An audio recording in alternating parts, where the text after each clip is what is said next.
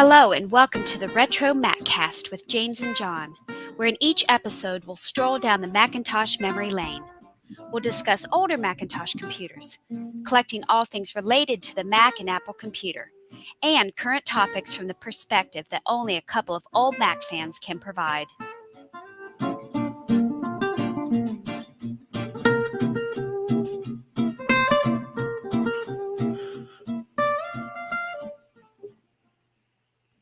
Hey, we're back. Woohoo! Woohoo! We took an extended break. Kind of planned, kind of unplanned. We thought we'd sneak an episode or two in the middle of some vacations, and things just spiral, and That's it. just didn't happen. Yeah, mine really didn't happen. Things I was supposed to didn't happen. I ended up, my wife and I both ended up with COVID, even though we're vaccinated and boosted. Managed to still get it. So my Wisconsin trip got canceled, alas. But that's okay. But it didn't hit you hard, right? No. It was a couple of nasty days, and oh wow, yeah. Oh. Yeah, it's you get used to doing stuff and you get used to not doing stuff. And when you're rolling, it's an easy thing to get up, do an episode, and then you take a couple of weeks off, and then you get used to not doing it. You were doing a lot of traveling, yeah. So yeah, we took took a little very difficult on the road. My wife took a little cruise, and my mom over to Europe, saw some sights. And so, yeah, that was the initial vacation, and then it kind of just extended itself. So, but we're great to be back. Yes, we're glad to see people actually in the stream. Hello, everyone. Yeah, people remembered that we're still here. Well, let's start the episode for real. Sure. So let's go in 3, 2, 1. Welcome to the RetroMacCast with James and John. This is episode 613 for June 5th, 2022. We were just giving all our excuses to the live YouTube audience of why we had an extended break. Just some back-to-back vacations. John, tried to take one, and I did, and then took another one, and then, just couldn't put it together. But we're glad to be back. That's right. Just hoping we figure out how to do all this stuff. And there's so much to talk about. This is going to be a long episode, I think. I think it's shaping up to be that way. Lots of news events that occurred. Of course, we've got WWDC coming up next week. We'll say a little bit about that. We're going to look back at June 2002 in Mac Addict magazine. And John, you've got something to share with us. You want to do that now or at the end? Oh, sure. The freestyle. Why don't we do that? Why don't you do that at the end? Yeah, that sounds good. The freestyle. Think about what that might be. All right. Well, let's come back with some eBay finds. So, since I did not go, I don't have much with this. We don't necessarily need to talk about this on the audio portion, but I have not been idle. I've got the hard drive replaced in my 6500. I got the hard drive replaced in my G4 Cube. And I solid state, put a solid state in there. And so I've got a problem with the Cube still that I think a lot of people have. And that is the belt, the eject on the optical drive is terrible. And so it's kind of cool. So I'm like, all right, well, let's see if anyone's done any sort of video about this or fixing it. And Dave from Dave's Vintage Apple Tech has a very nice video on replacing the drive belt on the G4 Cube. So thank you, Dave.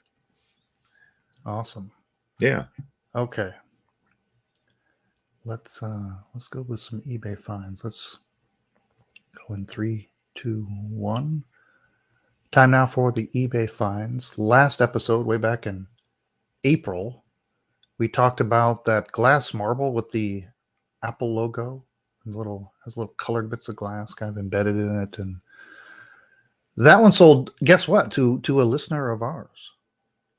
right? Didn't we hear that Yes, Trina Trina. Yeah. bought that? Mm-hmm. And One then she got it, and then it's unfortunately her cats also very Oh, much no. enjoyed it, and says she has not been able to find it after being gone 10 days on vacation. So Trina, hopefully you do find that again. Did you check the litter boxes? Oh no, don't even. Oh, I don't know. Yeah, that's tough. That one sold to Trina for, I guess, the starting bid of $29.99 Canadian, which is about Nice. $23.83 US. The Gravis, I guess I could switch it here. The Gravis Mouse Stick 2, which was new in the box, right? That's still shrink wrapped and everything. That one did not sell. It had a kind of high price of $75. It was relisted, still available $75, but there is a make an offer. And then there was that collection.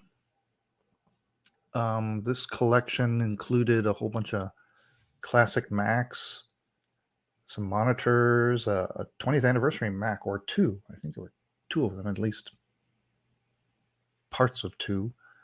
A Lisa 2. A lot of cool stuff in there, some Apple IIs. That one, they wanted $12,500, and what's reporting now, it says it's no longer listed because it's no longer available. So we don't know what happened there. Okay. This week, we will start with this thing. What is this thing? This is the title, Rare Vintage Apple Computer Rainbow Logo Jacket Macintosh Promo. Lots of keywords in there. Description says, it says size F. I guess that's size female. I'm not sure what that means. It has the dimensions here. This very rare item, color white, some dirt, vintage, used, keeping for a long time in the house. Any question, feel free to ask. Thank you for looking. Shipping worldwide. And worldwide is from where? Osaka, Japan. Okay. And the picture, unfortunately, is a little, you can see there, it's a little blurry. It's a white, I don't know, is that a vinyl, like a Tyvek? Is it not sure what kind of material that is? On the front, you've got 6-color Apple logo, Apple Computer, and it's hard to make out. Something is printed underneath it. I don't know if it says authorized reseller or it says, you see what I'm saying? I can't make it out with the resolution of the, unfortunately, that's the best I can do. And there's something on the right sleeve that is not, there's no photo of that in detail. Oh, I see. Yeah. You can just see a little hint of it. But what's cool is the back. Ooh. With the glorious 6-color Apple logo and then Apple Computer written below it in Garamond. Yeah. Slick looking jacket. $198 is the buy it now on this one. I've never seen anything like it. It very eye-catching with the brilliant white. So it's just unfortunate we don't have better pictures. And you can see, maybe they say some dirt. I don't know if there's some staining on the bottom of the sleeves there. Perhaps it's hard to tell if it's out. just, if that's stains or just wrinkles, extra wrinkles. Yeah. A little retro bright, maybe. Could take care of that. I don't know. But yeah, this one's out there. No end on this one. Again, it's just a buy it now. No make an offer. Pretty unique item. Okay, let's move on to this. This is very interesting. So this is the seller is Synhouse, SYNHOUSE. Unused for 20 years, near mint, Apple Power Macintosh 7275. And he's got some very interesting pictures. The Synhouse Macintosh bomb is going off. Yes. So what he's got is 18 Apple Macintosh Apple. I'm sorry. Let's start that again. 18 Apple Mac machines sealed in airtight flight case for 18 years has just been cracked open this year after being located in the far back of the warehouse for a very, very quick move. They've got 20,000 pounds of gear. Anyway, so this thing has been basically vacuum packed for freshness for 20 years.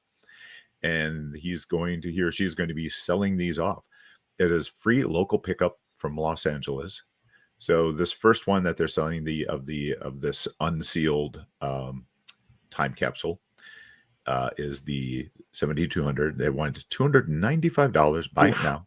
No auction, just to buy it now. Yes. So For being sealed for so long, certainly got a lot of sun exposure. it's very yellowed. Case yellowing on this one, but they went ahead and They- opened it up, and They did take some very good pictures of the inside. They took pictures of it running, and which is good. yeah, Let's see, what else have we got to go on. There doesn't look like on this particular one, at least there doesn't look like there's any very interesting cards or anything. So yeah, $295 seems pretty steep, and I think it's about Yeah. $100 to ship it to us down in Florida. It ships from Los Angeles. Oh, that's right. The cool thing in here is, I guess, is this story of why all these were crammed in this shipping case and sealed for all that long. And there's some other more interesting, I think, in there that they talk about in the description. You'll have to go to the there's an Apple listing. scanner, there's a G3 server, an 8100 AV, a bunch of G3s, the desktop G3. So there's like a stack of what, 6 or 7. So yeah, there'll be other stuff being sold in the future off of this rack. But as you said, even looking at the picture, obviously a lot of these before they were sealed away 20 years ago got a lot of different exposure to different environments, because some are very, very yellowed, some look pretty pristine. So hard to tell exactly what these were all used for. I'm guessing these were all from a classroom. What do you think? In the description, it talks about the person was involved in like music production and okay, all right, clients and whatever. But you can go to the seller is Sin House, which makes sense. Synthesizer, synth, like maybe synth music. Yeah, and they've got some of the other computers listed too. There's a G3 desktop or tower. Oh, okay. So they have other. If you go to see other items, you can see. Right. All right. Okay. Yeah. Anyway, interesting. Okay. Now look at this. You might have heard, if you've been following the news, that our friend Jimmy from Dubai is selling off one of his Apple Ones, the one that he had signed by Woz not long ago. Remember, Woz was taking a tour. There was like some kind of exhibit conference somewhere in Dubai, and Jimmy took the opportunity to set up a large selection of his collection there. Woz was visiting and had an opportunity to get it signed. So this one has Woz signing the microprocessor on the board. So you got a fine example of a completely restored and running Apple One. You can see it there. Everything. I got all the bits and pieces, and then all what looks like installed on a little board there, wood board that is, like a cutting board.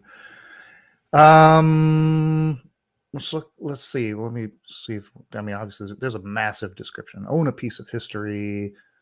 An operational one motherboard. Talks about the provenance of it, the history of it. You can just go through and read all about it. It includes historical cost information, including the most recent example of an Apple One being sold at auction in May for $468,000. So the average over the last couple of years is about $527,000. This one's called the Schlumberger 2. What does that? 2? Yeah. I was going to ask what is that a reference? Oh, to? It refers to, I believe, it was the first owner is an executive at an oil services company, Schlumberger Overseas in Rochester, New York. And after being purchased, it was taken to Europe, which was make it quite likely the first Apple product used outside of North America. Oh, very good. And anyway, I know you're missing one of these. There's the signature right there, right? Probably the only signature that could be put on this that today, anyway, that would not decrease the value. Sure. A Very, beautiful very nice. Love representation. it. Yeah. Yeah. Mhm. Oh, very well done. So, what is this doing? How is it doing right now? When does it end? Well, it is currently up to $100,201, just I over see it still has $100,000. 7 days to 7 go. days. Wow. Yeah, 7 days and Mhm. 2 hours. So auction will close out a little bit after we stream next week. It'll be very So interesting we'll to be see able what to, it's up to by then. Yeah. yeah. And what the final, Um, if there's going to be like the last minute bidding frenzy. I'm going to put a $200,000 bid in right now, just for grins. I don't have that cash lying around, but surely somebody's going to outbid me, right? So what's the Right. Sure. Yeah. I might as well. Who cares, right? Just so I can say that I was just to say bidding on that. it. Yeah. I Yeah, remember I bid yeah. I $200,000 on bet this once. 200K. No big deal. Thought I could get a steal. Apple's Anonymous points out that it's cheaper than the one that's listed for $1.5 million on eBay right now. Is there really one for 1.5 mil? Is it being delivered to your house by Woz? Yeah. And then Woz lives with you for like a month to give you training on it or something like that. All right. Well, again, we'll check in on this. We'll have a good opportunity to see how high it gets and maybe have some last minute bidding action on this next week. Okay. We'll go back to us here. I don't know if you saw in the comments, All Things DG asked, but will it run Doom? And then Scarlett mentioned that they think it could spell Doom. I love that. That's beautiful. Anybody ever make a Doom text adventure where you type up, shoot enemy, right, shoot enemy, go right, shoot enemy, run, Demogorg shoot appears. enemy.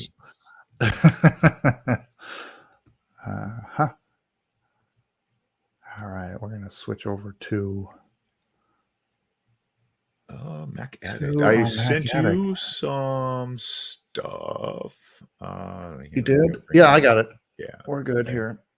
All right, let's go. My issue. Okay, Go for it. In 3, 2, 1. Okay, we're gonna look back at Mac Addict in June of 2002. 20 years ago. The cover shows the digital good life. There's a big picture of an iPod, the original click wheel iPod. It's sort of significant because guess what? Apple's not making iPods anymore. Wow. Now, of course, it's been a while since they made anything that looks like this. But the iPod name carried on for 20 plus years, right? Like 21 or so. And finally ended in the iPod Touch, which they announced not too long ago that they were going to stop producing it and just let the inventory run out, which I think it has now. I don't know, somebody could check, but I knew as a few weeks ago, most of the models were no longer available. So that kind of marks the end of the iPod. And for years, the iPhone, the music app on iPhone was called iPod. Is that, I remember that really? Right? No, I don't remember. I think it was. And they changed it to music at some point. I could have sworn that. But anyway, this magazine is a special report, your hands-on guide to the digital good life. And isn't this funny? Because here they talk about how if you want to make the switch to the digital good life, you need to just 3 things in your life. You got to address photography and similarly so video, your PDA, personal digital assistant, and your music player, right? MP. So 3 things that you need to switch. So you need to go from, well, we'll talk about it later, but obviously we'll quickly find out why this whole concept is obsolete. So let's flip to page 2. Page 2. Page 2. Page 2 has that really great ad of the actual size iPod. Yeah, they actually did a few posters with a few actual Macintoshes that they did this actual sizing. I believe for the Cube, they did a poster or which in print media that mattered. That was a thing. Yes. In print media. When you've got a PDF, it's like, what is actual size? Exactly. Yeah. I suppose I'm sure you could take your iPod and hold it up to the screen and then zoom in on the magazine until it was the same size, and then just remember that setting. And there you go. You're good to go. Oh, if you already have an iPod, but if you're looking at this historically, you're like, I don't know how big it would have been if they would put a nickel or something. A banana. Isn't it the normal thing you use for scaling things? I've never seen that. Oh, really? What? You've never run across banana? That? Bananas come in all shapes and sizes. Well, that's the problem. It's kind of a joke, but but people do. And here's a banana for scale. Oh, I see. Right. Well, it would be funny because you got an apple and a banana. There'd be a couple of jokes there. You look back at all these great quotes by all the legendary journalists. The iPod is simply the best digital music player I've seen. Walter Mossberg, and so it was quite the marvel, and now it's gone. Let's skip to page 12, and you wanted to talk about Giant Citizen Kabuto? What is that so it's I think this is going to have to be another game I play for the podcast, because it sounds really interesting. I've of course heard of it for years, but I've never actually played it. But I do think it seems to be it mentions that, and I would have never guessed that it has a lot of comedy with a British slant, and it was the first commercial Mac OS X only game, which is kind of interesting. So I do think if not next week, then the week after, I'm gonna have to play this. Yeah. All right. Mark it down. I'm gonna step back a bit. I forgot I had something around 6. We keep threatening an Iomega episode. This reminds me again that we haven't done that, but one of the things you might think, well, why did Iomega go away? They were so invested in portable media, digital media, with the zip and the jazz and all that. And, we think, well, did they not catch on that we were moving towards just portable hard drives? And, well, they did. They were there. Here is a portable hard drive, the Iomega HDD. It looks like they had that figured out too. But somehow, they still went away, even if with a foot in this game here. So I don't know. I thought that, and I wasn't familiar that they made hard drives like this. And let's go to page 14. This is cool. This is something I learned. I didn't know about this. There's a letter to the editor why you shouldn't throw anything away. John and I know that all too well. It says, when my old Apple Vision monitor died, I threw out the top portion with the monitor, but saved the bottom portion with the speakers in it. I recently set up some audio equipment, and I needed some temporary speakers, so I decided to use the Apple monitor speakers. I now have 300 watts per channel screaming through these babies, great for monitoring records and tapes on their way to becoming CDs. So I have something on this page. Yeah. Well, do you have one of those? Vision monitors? Is it easily separable, the speaker unit from the top? No, I'm pretty sure SAW would have to be involved. Yeah. Power tools would be necessary. Really? It doesn't, but are they not at least, is it in its own enclosure and just attached somehow? Like, I wonder if you took it apart, it's got still its own plastic enclosure. If it's the same model that I'm looking at, it doesn't look like it would be something that's easily separable. Well, because it must have some internal connects. Right. Well, no, it'd be all external because it's sitting on your Mac. So there is no connections between it and the display itself, except if they share power or something. So, yeah, I know. There you go. So if you do have one of these shipped to you and the CRT just smashes, and that's right. Just keep the speakers and But looking at the same page, there's this April Fool's Day inspiration where they talk about a website that simulated booting into Mac OS 8 So, and this is kind of a, so they've got a link in here to the website, and I went to it, yaromat.com /MacOS8, and of course it's not Yaromac, I guess is still a thing, but yeah, this is gone. Yeah, I'm sorry, Yaromat. So I went to Internet Archive, brought it up, and the website is done in. It basically comes up and says, "Hey, you're not going to be able to look at this, right? Because this website uses DHTML. You need a newer browser," which I thought was kind of funny, to be able to actually see the DHTML. So it would appear at some point all the browsers dropped DHTML.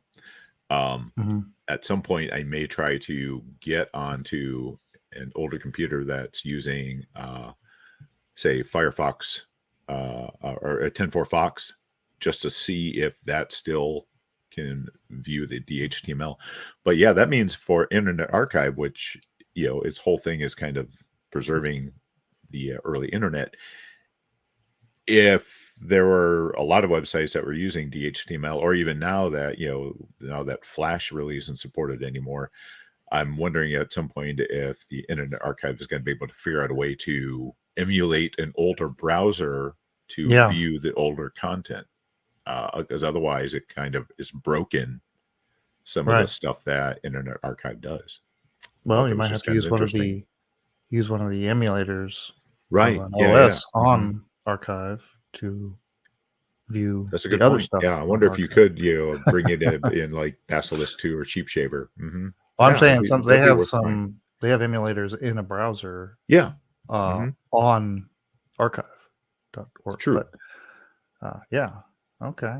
And then you wanted to talk about page 15. Oh, it's just where was that? I forgot that Apple Remote Desktop was something they sold. Yeah. Oh, here you go. This was announced at the Tokyo Mac Expo, which they used to do a Tokyo version, a Japan version. And it was so $299 for 10 clients or $500 for unlimited clients. It was an expensive product. It was like a business.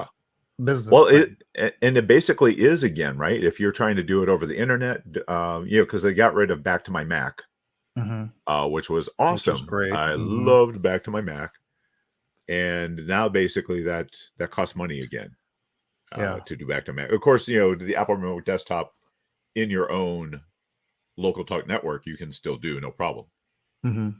But I just thought that was interesting that it was a paid product at one point, and it kind of is again. Well, after the iPod took over, it really destroyed a lot of these other MP3 players, and so you missed out on all these great hybrid weirdo devices like Iomega RipGo. Look at this thing. Do you remember the RipGo? I wonder, this probably got pulled right after it came out. The Places You'll Burn with Imation's RipGo mini CDR burner and digital audio player, which weighs about 8 ounces and fits in your palm. The RipGo plays MP3s and CD audio and burns audio and data files via USB onto 185 megabyte mini 8mm CDR discs. Oh, the places you'll burn. Oh my gosh, that sounds scary. But there were all kinds of these weird things that we're trying to figure out what's the next format. I have to say I kind of like the IMP 350 Slim X. The one below there. Which would play MP3 CDs, which is kind of neat. But I also like the fact that it basically had its own little control. Well, I like the fact that you didn't have to use the actual device itself to try to scroll through the songs. It had its own little display on a cable. Yeah, and I just thought that was kind of a nice way to do that versus having to, like the top one where it's got a display that's on the so you could stick it in a bag or something. Yeah. All kinds of weird devices and different combinations of formats and things before it all settled out.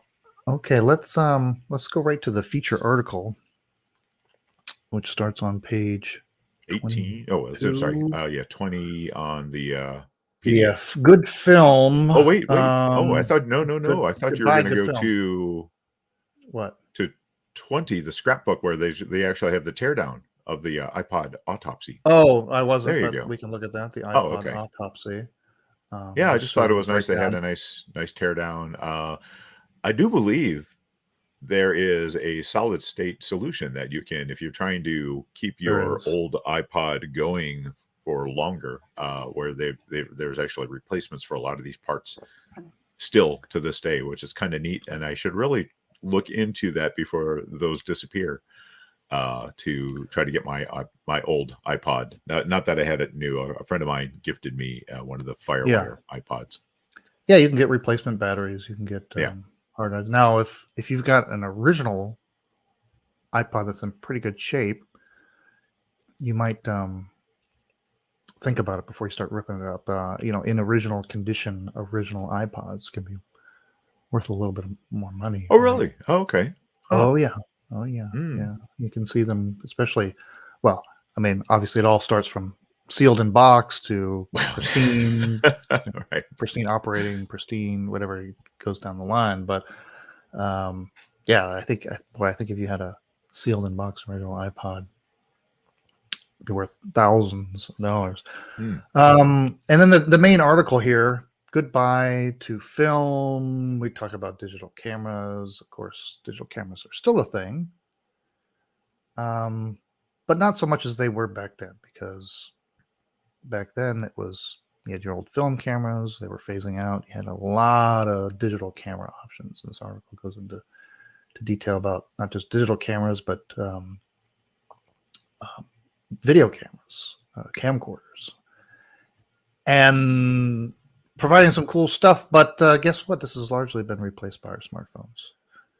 I was just thinking about this entire article. I mean, this entire issue of the magazine. It's PDAs, it's music, it's Everything cameras, has been everything, replaced. and it's just all your iPhone now. This would be a Yeah. very short issue if it was just, here's the iPhone, bye. Yeah. So now people still buy digital cameras, but the vast majority just get by with their smartphone. And if you were buying a digital camera back then, you can see what you're paying. On the low end, around $300, up to the high end, and just like today, and the many thousands of dollars. But the average, you're paying, I don't know, $600 or so, and it's like $1,000 in today's price. So you think about spending $1,000 on your iPhone, you're getting way better than what you could for $1,000 back then in camera quality. So so bye your standalone digital camera for the most part, and all its accessories, your bags and chargers and batteries and whatever. Same for camcorders. Those digital cameras weren't the best. Many of them didn't even shoot any kind of video. If they did, they were very low res and very low frame rate, which meant you had to go digital video camcorders. And now your iPhone can do that too. And you even see, aren't there like feature films being made with iPhones these days? Mm-hmm. Yeah. Yeah. Put it on a good mount, maybe add a lens or something to it. But back then, again, a lot of people carried. I got myself. I had a separate digital camera, a separate camcorder. Mm-hmm. Yep. And I mean, I still have my old Sony that I use as a FireWire bridge now for converting VHS tapes.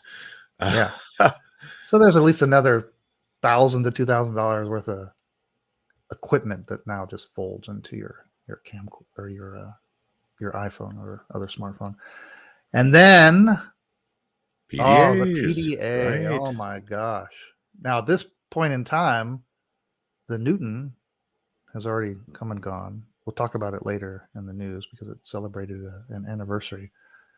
But back then it was what? Handspring. I love my handspring. Pocket PC. That's what you had to choose from. The handspring was so awesome. And most people carried one of these too. Yep. Right? You had to have one of these. Well, now nobody has one of these, a dedicated one, right? Unless you're right. old school. But so that's gone too. Did you know that for the handspring, for Palm OS, there was actually a pretty decent Game Boy emulator? Oh wow! You could run Game Boy games on the handspring. Just have to say that was pretty cool being able Yeah, to look do at that. Look at that table there, listing all the options, all the Palm models, all the handspring models, the Casio and Compaq and Hewlett Packard and Toshiba. Everybody was making them. No more, all gone. Okay, and lastly, we've been talking about it already. Your MP3 player, you had to have one of those too, right? So now you got your digital camera. I mean, when I used to travel around, I had just like you're just loaded down with all these specialty devices. The MP3 player, and even by this time, June 2002, the iPod still hadn't like totally taken over. Like it was still Mac only. You know, there was no music store. It was a dedicated. You had to tether it. You got to transfer songs onto it. So it had not won the war yet, and though there were many options still available, and you still had to decide what kind of player is right for you. And there were some flash ones. Some of these things used like full-size hard drives. Oh yeah. Jeez. Oh yeah. Wow. And there were some early flash ones too. Small capacity. Oh yeah, because you're gonna probably 16 meg maybe? Let's see. Yeah. Let's see. This The biggest digital flash global ones at network. this point, they had 128 megs on a Okay. All right. smart media slot. I'm sure that was pretty pricey. Right. So and then Oh yeah, so it was the 128 meg one was $209. Yeah. So that's like $400 or $500 now. And some of those had removable memory, and I did the quick math because they compare the memory standards of the day: compact flash, multimedia card, secure digital, micro drive, smart media, memory stick. Oh, lots of them now, or lots of them then, I should say. So look at the cost per megabyte. Right, yeah, the cost per meg. Yeah, so you did some math also. Yeah, I did the math. Take it. Okay, go for it. So back then, let's see, what was the leading one back then? Let's say, well, the closest relative to what we use today was secure digital SD, 93 cents a megabyte. Today, if you buy a 256 gig micro SD card for $29, that's about 1/100th of a cent per megabyte. 1/100th of a cent. Yeah, so I did. Well, first of all, it's interesting that the compact flash and SD cards out of all the ones that they show here are the ones that are still available. And yeah, I did the same thing. I found like compact flash. The compact flash is almost exactly $1 per gig. Per gig. And so that's 1,000 megs. The biggest one I found is 128 gigs without anything really crazy. And basically the SD came to about, depending on what size SD, the prices on the SD cards fluctuate way more, depending on, I guess, the speed or whatever. But basically it was 19 cents per gig. Per gig, right? And these are meg prices, so yeah. Yep. All right, let's anyway, verdict is all those devices are dead. Let's talk about Mojo World Generator 1.1. What is this all about? This is just another one that, of course, I actually took a class at our local community college on Bryce. That was their 3D class they had back then, which of course is terrible for a 3D class because it does not have a standard 3D interface of any sort whatsoever. But I just had never heard of Mojo World Generator, and it looks like it was probably runner-up for a Bryce sort of. That's what it did, is it generated landscape. Now I don't know if it was something that was able to be added to other 3D apps afterwards, because I think Bryce was pretty much that's it. You got a Bryce 3D landscape. You couldn't really export that out to anything else. So looks like this you could possibly do the QuickTime VR sort of walkthroughs and stuff. So, well, they did say it was spiffy. So, all right, let's go to the last thing I want to talk about. Thing we don't, even though it's freaking awesome, the whole idea of it was not freaking awesome. The idea that you needed to use conflict catcher. So people are still using OS 9 at this time. OS 10's coming on, but we haven't fully come through the other side. And if you used OS 9 or earlier versions of the classic OS, you need to figure out why extension X didn't agree with control panel Y and Yeah, everything yeah. else. And so there were these elaborate databases that folks like Cassidy and Green would maintain and help you figure out why nothing worked with something else, and isn't that great? Not have to worry about any of that. Yeah. Yeah. So you had to pay back then $80, which was a lot of money back then, per version. And there's, a new version required a new purchase or an upgrade, and you would do this maybe every year or so. It's a lot of money that you're sinking into this. And anyway, no more. Don't miss that. Did you? I never ran it. I just kind of did it by hand. You Yeah. move You with basically extensions start with off and you add nothing one and at a you time. one at a time, restart, one at a time, restart. Yeah. Right. I Back when remember your that. time Yes. didn't mean much to you, and so you didn't mind spending hours trying to figure out. But yeah, if your time did mean something to you, then $80 was well spent to figure it out. But anyway, so that's just some of the things we saw in June 2002 in Mac Addict magazine. You can find the full PDF and any other format of Mac Addict over at archive.org.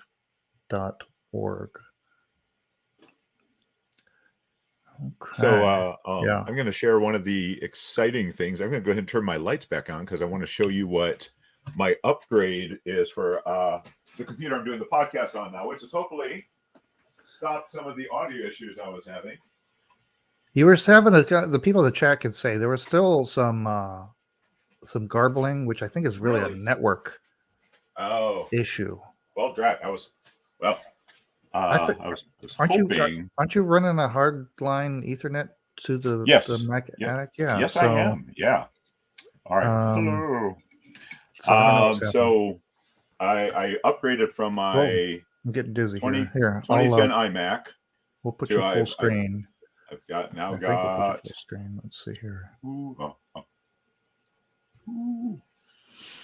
Here's my new computer. The trash can is now retro.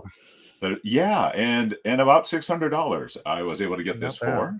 But really. I mean, considering it, what it would have cost with a 32 gig of RAM new. So anyway, and got it hooked up to my nice 30-inch display. So here's my new back wall lineup. So there we go. Yeah, nice. And you say it's quiet. It's so quiet. Yeah. So nice. Yeah. It definitely is. It feels certainly zippier than the iMac did. So, but I was really hoping that was going to help with some of the audio issues. You were having different audio issues. Let's say that that could have been just overall StreamYard things. Before there was like this clicking thing that was going on. Yeah, and I think that may have just been my poor little iMac's i3 processor. I haven't heard any of that. Okay. So that may just be yeah, there was like this robotic voice thing happening. Just a couple of times it happened. Oh, that's me. I part cyborg now. So I had my suspicions. Exterminate. Oh, drat. I was trying not to say that. All right, let's go into the news. Let's go in 3, 2, 1. Okay, well, news time. There's some current news. There's lots of news that happened since we've been gone that we need to catch up on. We'll begin with Worldwide Developers Conference. It kicks off next week, June 6th, and we're just kind of waiting to see what gets announced. I'm sure we'll get the standard stuff. We always get the updates, the new versions to all the operating systems with Drive, all our Apple devices. So we'll get to see iOS 16 and new versions for the Mac and Apple TV, the Watch. One of the things there people are talking about is the potential of iOS 16 updates that will take the iPad even closer into a usable MacBook replacement, a laptop replacement with more customized variable window sizings and all this. That would be something to see. You know, I have never. Have you ever experimented with an iPad using a keyboard and mouse and seeing if you could do what you needed to do that way? I've oh, I don't. You may know Mike Van Dyke. Yeah. But yeah, he brought us a really nice iPad setup over and was showing me just how easy it is, and feels very much like using a laptop with the keyboard and mouse attached. Yeah. Yeah. Yeah. There's been this gradual. Well, actually, it's been happening from both sides, really, with the MacBook, the newer M1 based MacBooks being able to run iOS apps, right? So there's supposed to just they're coming together from both directions. So maybe that will happen. I won't consider it a real computer until you can actually write software for the iPad on the iPad. That's the tipping point for me. Yeah. Okay. That's John's definition. But the big thing that might be finally revealed is Apple's plans, what they've been doing with mixed reality or virtual reality or augmented reality in the form of some kind of headset or glasses or something like that. We've only been talking about this for I don't know how many years. I've lost track. But there's some indication that next week is the week. Oh, I don't know. Okay.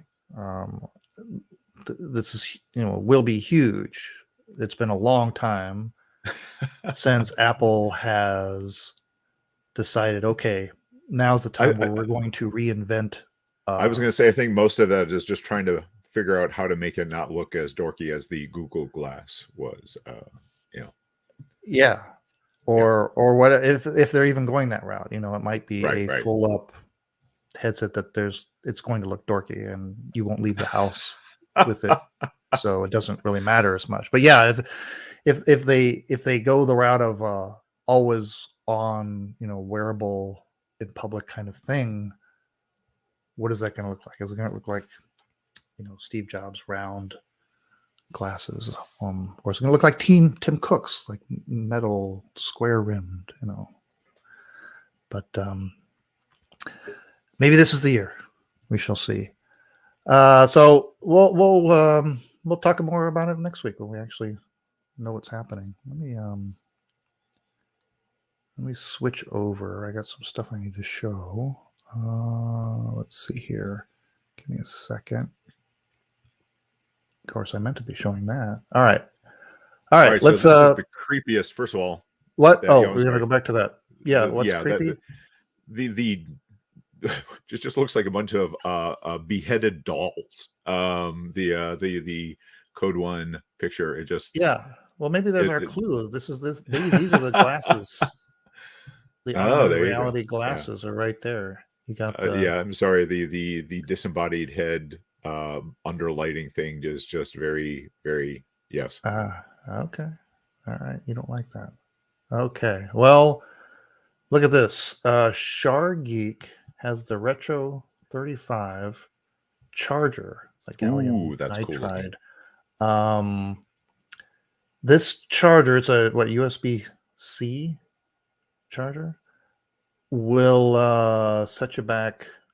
I don't know. They're running an Indiegogo right now where you get a single one for $48. It will charge up to like a MacBook Air, and it looks like our friendly classic Mac. Very nice. You can see it there in action. Plugs in, and it's kind of just stands up on your surge strip or whatever. Has a little smile. Is it a smiley face? Yeah, smiley face. Yeah, happy Mac. I don't know. Does that light up or anything? Does it? It's hard to tell if it's It certainly doesn't look like it's I don't know. We're top gonna play picture the where it's video. kind of glowing green. Oh, okay. What's loud? Let's crank the volume down there. Oh, so it looks like it does light has up. the Happy Mac. Okay. Yeah. Oh, look at that. So it displays how much charge it's putting out by the color of the screen. Interesting. All right. Yeah. That's kind of cool. All right, I turn the volume off there. So yeah, look at that. And it folds, folding charge plugs.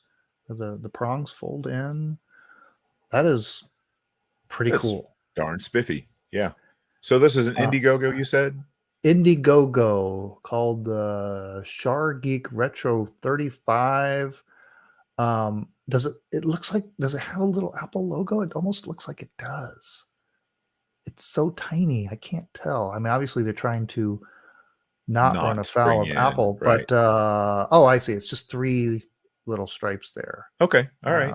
But Yeah, the kind size, of it red, almost green, looks blue. like that. Mhm. But yeah, Yeah.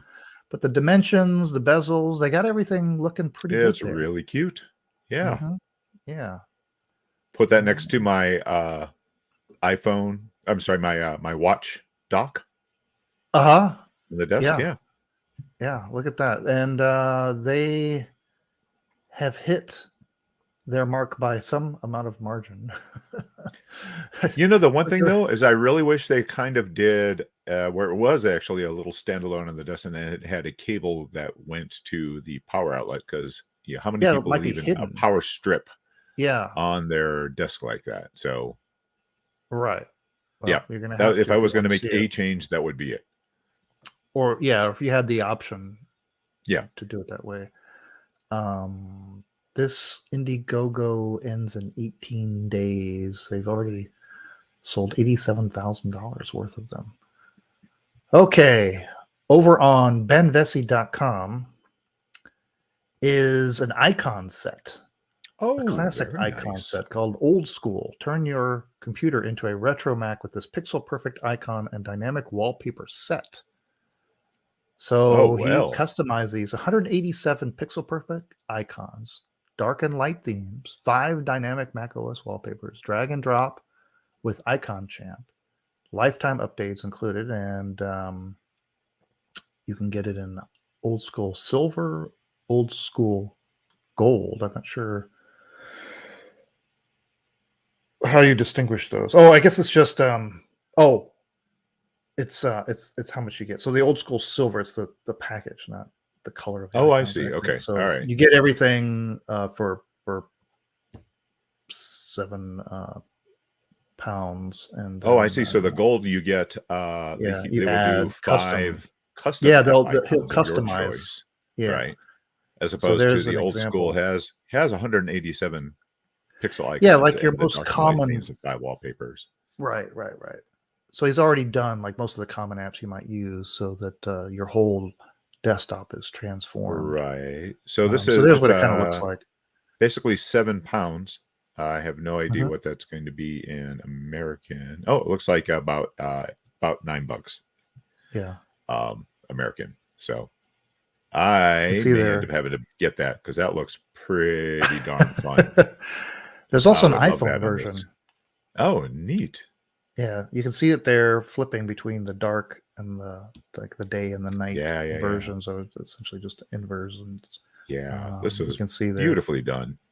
Very nice. Yep. Transport yourself and your desktop back to 1984. So Maybe we should that's have again this person on. Benvessi. Talk about that. Sure, we can look into it. Benvessi.com is where you go for that. Okay, and what happened to this page? There we go.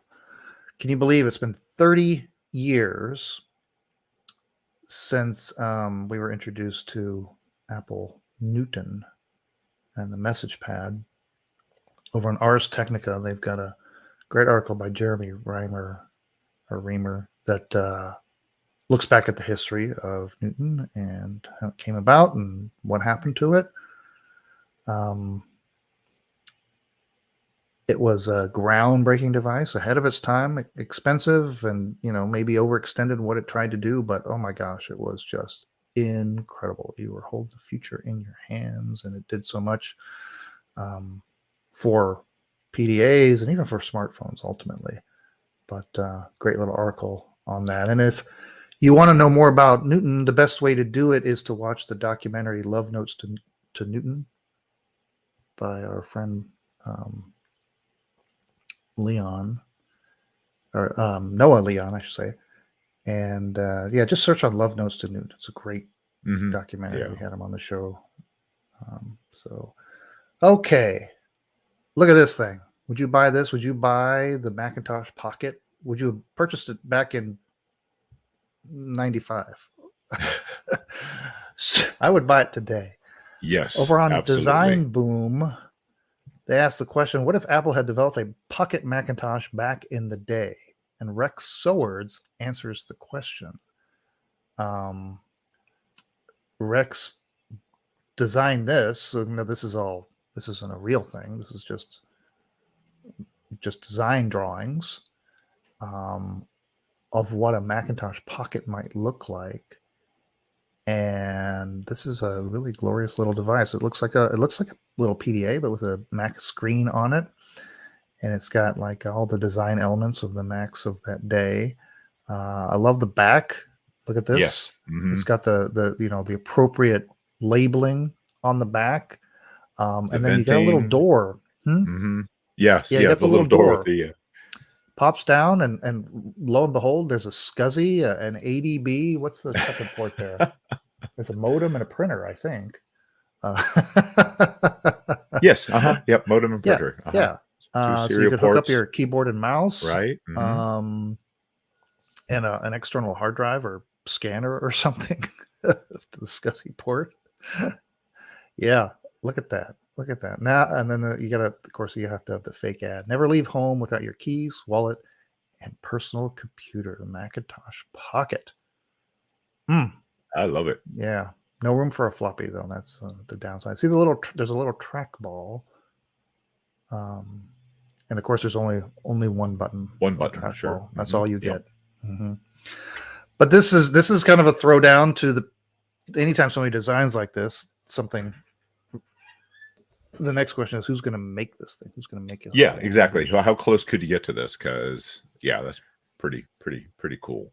I would make some adjustments. I would put a standard aspect screen on it so that as opposed to kind of this 1:1. Yeah, it's completely square here, right? Mm-hmm. You'd want it to fit the software, so you could run a 6 or something. Like in mini emulation. VMac. Probably have that as a touch screen as well. Maybe dispense with the trackball. Trackball made it hard. I mean, you'd have to, finding this little trackball like that. Yeah, that would. If you were actually going to try to build one of these, it would be very, very hard to find a little trackball. What you'd almost have to do is use like an optical mouse, and then have the ball basically be the surface that the mouse tracks. Mm-hmm. I doubt the SCSI and all those other ports, you could be able to do that. It would be funny just to put faux ports on the back. Just sure, connector. Right. And then maybe have a real USB port or something on there, maybe along the side or something. But one day somebody will make this. Okay, well, I think that's it for the news. Oh no, there was one more thing we want to talk about. Well, I guess we'll just talk about it here. Let me switch back. So we like to feature the designs of Dana Nanoraptor and these fantasy classic Macs. Well, there's another designer in town by the name of Matthias Echevarn, and Matthias has been throwing down these through his Twitter feed. Here is the Macintosh Classic C, or C for cinematic, was aimed for a better movie viewing experience. Look at this thing. So it's essentially a color classic, maybe a 2, but with a very wide screen. That's like very wide. It looks like a hammerhead shark. Yes. Yeah, Panavision. What is that aspect? That's like the very, very wide. The disproportionate upper and lower bezels is throwing me off a little bit. You have to have a place for the microphone. Yeah, I guess so. So that's sharp. We could actually spend the whole show going through his back catalog. Let's see. We'll pull up a couple of them because So my friend Rosa sent me this particular one, and I thought at first that it was something that somebody had posted, because I've seen it before where on Reddit somebody had posted a bunch of Dana's stuff without giving credit. I'm like, is that one of these? And but no, sure enough, it's his own stuff. As a matter of fact, Dana's retweeted some of his stuff. So Yeah. it's kind of cool that Dana's got another person out there who is also doing these crazy mock-ups. I love it. Love it that that's a thing to do. Yeah, like this Performa that integrates a Newton message pad into it, a dual display. I like this is great. I'm not sure. Do you put your stylus up to that screen, or are you able to switch over and use your mouse? Hopefully, you don't have to put your arm up there and use that with a stylus. So that's cool. And this is neat. This is a Canon EOS 1, but it's been combined with a codec module that then allows you to put a full-size Newton message pad on the back with a SCSI port. With SCSI port, yeah. Mm-hmm. Yep. Mm-hmm. Yeah, that would be really handy. Have all kinds of cool specialized camera apps. And what else we got here? I'm just going to scroll through a variety of things. Nintendo / iPod. Lots of wild things. Anyway, holy cow! Wow. Yeah. Oh, this one. Let me look at this one. There's a couple more I gotta look at. I like this. The quick take camera with the built-in message pad. This is great because they share a similar aesthetic, and I think that would be great for previewing your photos and then. Oh my gosh. All right, I better slow down. I better stop. There's a lot of cool ones in here, but I could spend all day. Anyway, that's Matthias Echevarn, if I've got that right. Okay. Let's close out the regular episode. Let's close out the episode, but we'll include your because the audio listeners need to hear this. What you're going to play for us. So let's go in 3, 2, 1. Well, we've made it to the end of another episode of the RetroMacCast. We will be back next week, barring any unforeseen circumstances. Next week, hopefully, the hope is yes. Yeah. Well, hopefully we'll be talking to with Earl Bao because next month is the Vintage Computer Festival Southeast. So he's one of the organizers for that, and we had him on last year. We'll hopefully have him on again this year to talk about the upcoming event. And you're going to go because at the expense of missing something else. This is also breaking news. So I decided 4.5 hour drive versus a 14-hour drive, as part of it. It's just, it's a 1 day or 2 day event versus a week. Basically, what I'm saying is I've decided not to do Kansas Fest in person. I'm going to do the virtual Kansas Fest again. And instead, we will be, my wife and I will be going up to Atlanta for the Vintage Computer Festival / Southern Fried Game Room Expo. This is the second or third year that they've done them jointly. So it's pretty awesome that I'll be able to do both my hobbies in a single event. And should be fun. Anyway, so we'll have Earl on next week.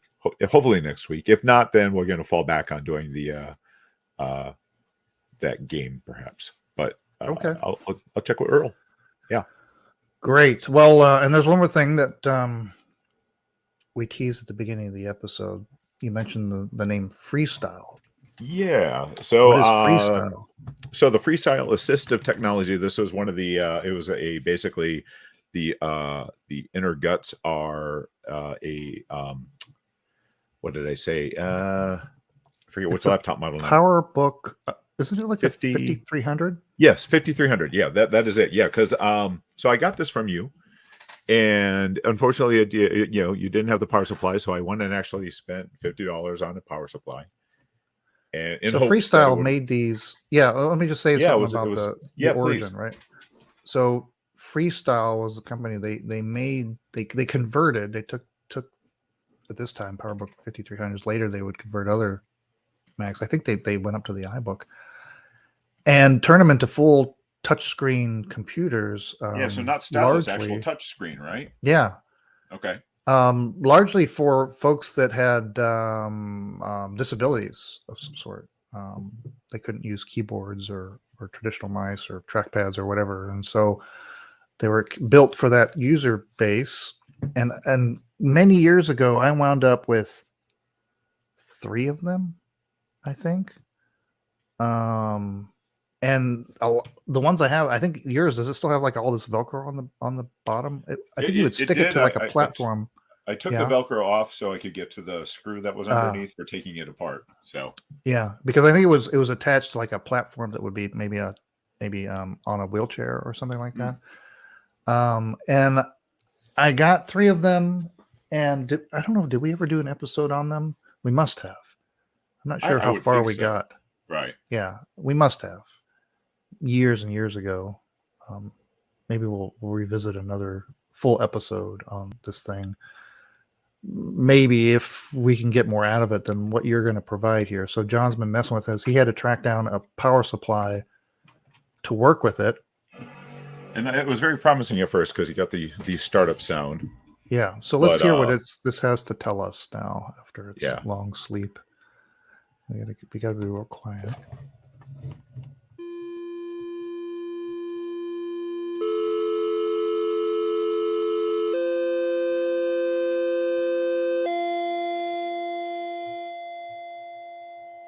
All right. We're not done yet. Not done yet. Or already not a good sign.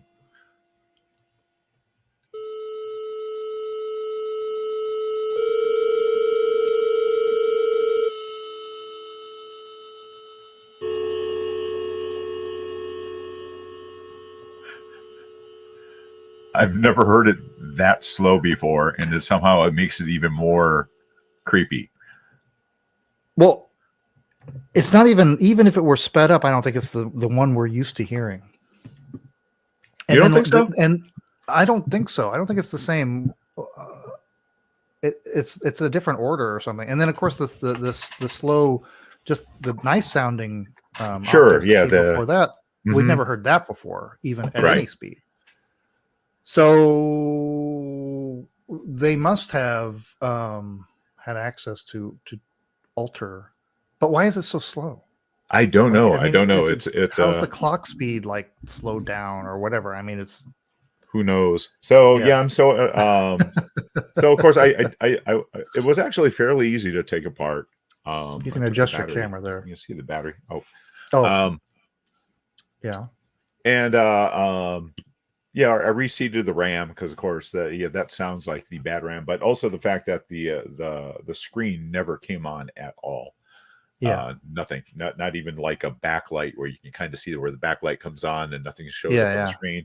It was totally dead on that. So who knows where the issue lies? I didn't see any leaking capacitors or anything like that. So. I'm gonna have to. But I do have this. Mine. I have this power supply now. So if you want, I have power supplies. Okay. But they're in these massive boxes of power supplies. So well, that's what. Yeah, I've got. It may take me as long to drive to your house and back than it does to go into the boxes and try to find them. But no, I will try to. I will dig first. I will dig up the other ones I have and see how they're faring after all this time. So to be continued. All right, so next week, possibly Earl from Vintage Computer Festival Southeast. We'll see how that goes. And until next week, remember, it's not old. It's retro. Okay. Maybe they underclocked the CPU, and maybe that's supposed to sound that way. That's weird. Yeah. And so we have the chimes of death. Yeah, I really wish if the screen had come up and at least given me an error code, I'd have a place to start. I'm trying to see here. Do I have? Oh, okay. Here we go. So if the 5300, no, I'm trying to see if I have the right. Go bad on the internal power supply module and may affect the booting. So there you go. Yeah, because that. Oh, that is. That's the sound right there. But so Daniel, thank you for that comment. I will take this back apart and look at the power supply module, because that would, if it's the power supply, that would also explain why the backlight wouldn't have come on at all. Yeah. Well, no, just as far as general booting up in at all.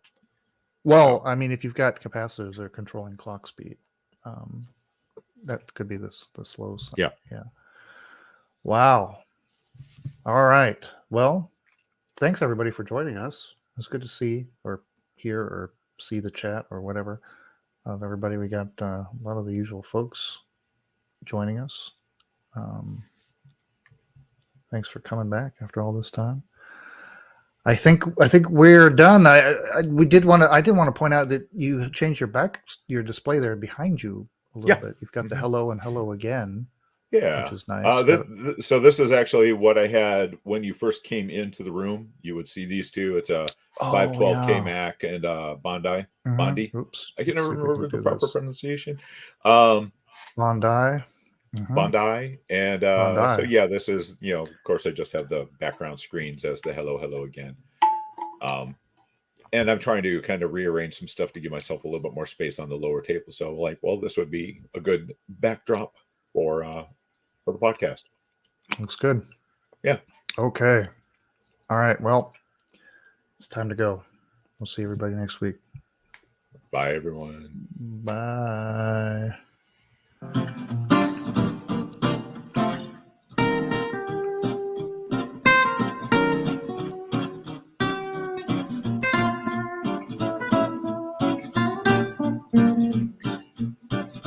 Thanks for listening to the RetroMacCast with James and John.